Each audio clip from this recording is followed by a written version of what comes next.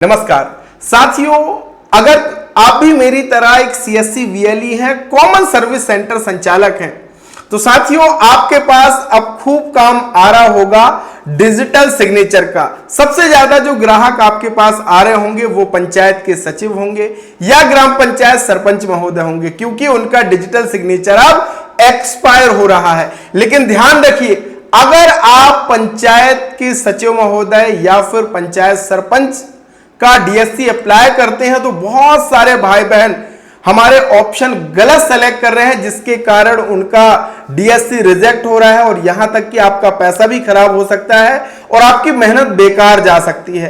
तो आज की इस वीडियो को अंत तक जरूर देख लेना, सब कुछ मैं आपको समझाने वाला हूं। सबसे ज्यादा भाई बहन शुरुआत में ही गलती कर दे रहे हैं ऑप्शन सेलेक्ट करने में। वो उनको यही नहीं पता है कि अगर हम सरपंच सचिव महोदय का डीएससी बना रहे हैं तो हमें इंडिविजुअल सेलेक्ट करना है या ऑर्गेनाइजेशन का ऑप्शन सेलेक्ट करना है, इनमें से कौन सा ऑप्शन हम सेलेक्ट करेंगे। अगर यहां पे आपने गलती की तो आपका पूरा डीएससी का जो आवेदन है वो रिजेक्ट हो जाएगा। तो अंत तक वीडियो को जरूर देख लेना, सब कुछ आसान तरीके से समझाने वाला हूं। स्वागत है आप सभी का आपके अपने YouTube चैनल डिजिडुंडी इन्फो में। मेरा नाम है अरुण लोधी और यहां पे हम बात करते हैं सीएससी से जुड़े हर एक अपडेट, नई सर्विस, नए प्रोजेक्ट के विषय में। और हां साथियों, अगर आपको ऑनलाइन का पूरा काम सीखना है तो आपके लिए हमने शुरू किया है सीएससी का फ्री कोर्स। डिस्क्रिप्शन में डिजिडुंडी इन्फो ऐप का लिंक है, जाइए उसे डाउनलोड कीजिए और फ्री कोर्स चल रहा है तो उसे आप ज्वाइन कर सकते हैं। तो चलिए शुरू करते हैं। सबसे पहले अगर जिनको नहीं पता है कि आखिरकार ये डीएससी और डिजिटल सिग्नेचर है क्या भैया, तो मैं आपको पहले वो बताता हूं। ये होता है साथियों डीएससी टोकन और इसके अंदर ही इंस्टॉल होता है डिजिटल सिग्नेचर सर्टिफिकेट। इसको ही हम डिजिटल सिग्नेचर सर्टिफिकेट कहते हैं। पंचायत में जो भी भुगतान होते हैं इसी को लगा करके सत्यापन किया जाता है। अगर आप एक सीएससी वीएलई है, एमपी ऑनलाइन कियोस्क है और एमपी डिस्ट्रिक्ट पोर्टल में आवेदन करते हैं तो आपको भी इस डिजिटल सिग्नेचर सर्टिफिकेट की जरूरत होती है। साथियों, चाहे आप खुद के लिए बनाएं या सरपंच सचिव महोदय का बनाएं, बहुत ही गंभीरता से आपको डिजिटल सिग्नेचर संबंधित काम करना है। अच्छी तरीके से ट्रेनिंग लेने के बाद ही यह काम करें, मैं आपसे कहूंगा, वरना आपको भारी नुकसान हो सकता है और जिसका आपने बनाया है उससे आपको सुनना भी पड़ सकता है, क्योंकि एक छोटी सी गलती आपका डीएससी बेकार कर देगी। इसलिए अच्छे से आप ट्रेनिंग ले लें, उसके बाद ही डीएससी डिजिटल सिग्नेचर संबंधित काम करें। क्योंकि अगर आपका डीएससी करप्ट होगा, डीएससी ब्लॉक्ड हो जाएगा तो ग्राहक आपको ही परेशान करेगा।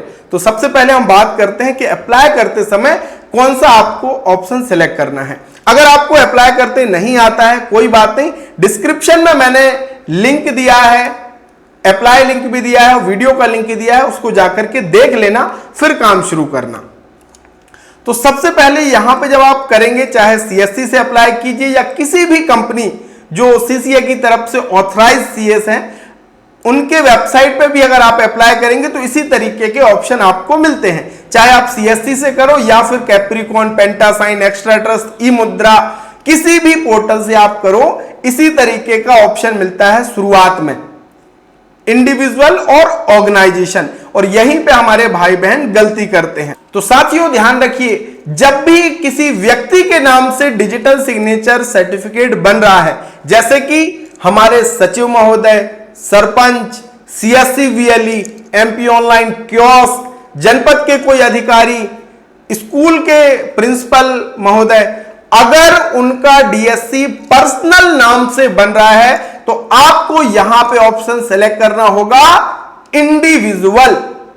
ऐसा नहीं कि पंचायत भैया वो तो सरकारी संस्था है तो हमने ऑर्गेनाइजेशन सेलेक्ट कर दिया। पंचायत के सचिव सरकारी कर्मचारी हैं, वो संस्था से जुड़े हुए हैं तो ऑर्गेनाइजेशन। लोग तरह तरह का अपने मन से ही दिमाग लगाते हैं, आपको कुछ भी दिमाग नहीं लगाना है। सीधी सी बात है, अगर व्यक्तिगत नाम से बन रहा है तो आपको क्या सेलेक्ट करना है, इंडिविजुअल ही सेलेक्ट करना है। सरपंच, सचिव, CSC VLE, MP online kiosk के केस में इंडिविजुअल ऑप्शन ही आपको सेलेक्ट करना है। उसके बाद यहां पे ईमेल आईडी बाकी डाल करके आपको आगे की प्रोसेस करनी है। ठीक है, तो यहां पे CSC VLE, MP online kiosk के लिए इंडिविजुअल का ऑप्शन ही सेलेक्ट करना है। ऑर्गेनाइजेशन किसके में सेलेक्ट होगा? अगर किसी प्राइवेट लिमिटेड कंपनी है ना, या फर्म या अन्य किसी संस्था, रजिस्टर्ड संस्था का आप बना रहे हो, उन्हें टेंडर के लिए फाइल करना है या साइन के लिए चाहिए, तो फिर ऑर्गेनाइजेशन, वरना इंडिविजुअल ही आपको सेलेक्ट करना है सचिव सरपंच के लिए। अगर किसी प्राइवेट लिमिटेड कंपनी का आप बना रहे हो, फर्म का बना रहे हो या ट्रस्ट का आप बना रहे हो, तो फिर आपको क्या ऑप्शन सेलेक्ट करना होगा? ऑर्गेनाइजेशन, वरना आपको इंडिविजुअल ही सेलेक्ट करना है। और कंप्लीट वीडियो का लिंक मैंने आपको दे दिया है डिस्क्रिप्शन में, आप उसे जाकर के भी देख लेना, कोई दिक्कत आपको नहीं होगी, आप आसानी से बनाने का काम कर पाओगे। और अगर आपको यह सब नहीं करना है कि त्रुटि मेरे से ना हो जाए, गलती ना हो जाए, तो आप घर बैठे भी बनवा सकते हैं। ये मेरा व्हाट्सएप नंबर है, मुझे मैसेज कर देना। अगर आपका डीएससी इंस्टॉल नहीं हो रहा है, सेटअप कराना है, रिन्यूअल कराना है या कोई समस्या आ रही है, तो भी आप मुझे हमारे इस व्हाट्सएप नंबर पे शेयर कर सकते हैं। हम घर बैठे आपको सारी सुविधा देते हैं। तो साथियों, अगर आप एक सीएससी वीएलईओ हो और अपने डिजिटल सेवा पोर्टल सीएससी डिजीसाइन पोर्टल के जरिए सरपंच सचिव का डीएससी बना रहे हो, तो इस बात का विशेष ध्यान रखना। और हाँ साथियों, इस डिजिटल सिग्नेचर टोकन में इंस्टॉल करके आपको देना है। और ध्यान रखिएगा, इंस्टॉल करते समय कोई भी गलती ना करें, सारी डिटेल आप विधिवत रूप से भरें ताकि आपका डीएससी रिजेक्ट ना हो। यह बहुत ही महत्वपूर्ण काम है और किसी भी तरीके के गलत दस्तावेजों का आप उपयोग ना करें। जो सही जानकारी है, मोबाइल नंबर है, ईमेल आईडी है, वो सारा ग्राहक का ही आप यूज करें। ऐसा नहीं कि अपना मोबाइल नंबर यूज कर रहे हैं, अपनी ईमेल आईडी यूज करें, ऐसा बिल्कुल भी मत करना, क्योंकि ये बहुत ही जवाबदेही और जिम्मेदारी वाला काम है डिजिटल सिग्नेचर सर्टिफिकेट, क्योंकि ये बहुत सारे कामों में उपयोग होता है। इसलिए डिजिटल सिग्नेचर बनाते समय बहुत ही गंभीरता से आप काम कीजिएगा। और अगर आपको कोई समस्या आती है तो आप मुझे व्हाट्सएप कर सकते हैं। तो आशा करते हैं कि आज आपको समझ आ गया है और आपसे अब गलती नहीं होगी। अगर आप गलती अभी तक कर भी रहे थे तो अब आपसे गलती नहीं होगी और आप आसानी से डीएससी बनाने का काम कर पाएंगे। बहुत बहुत धन्यवाद।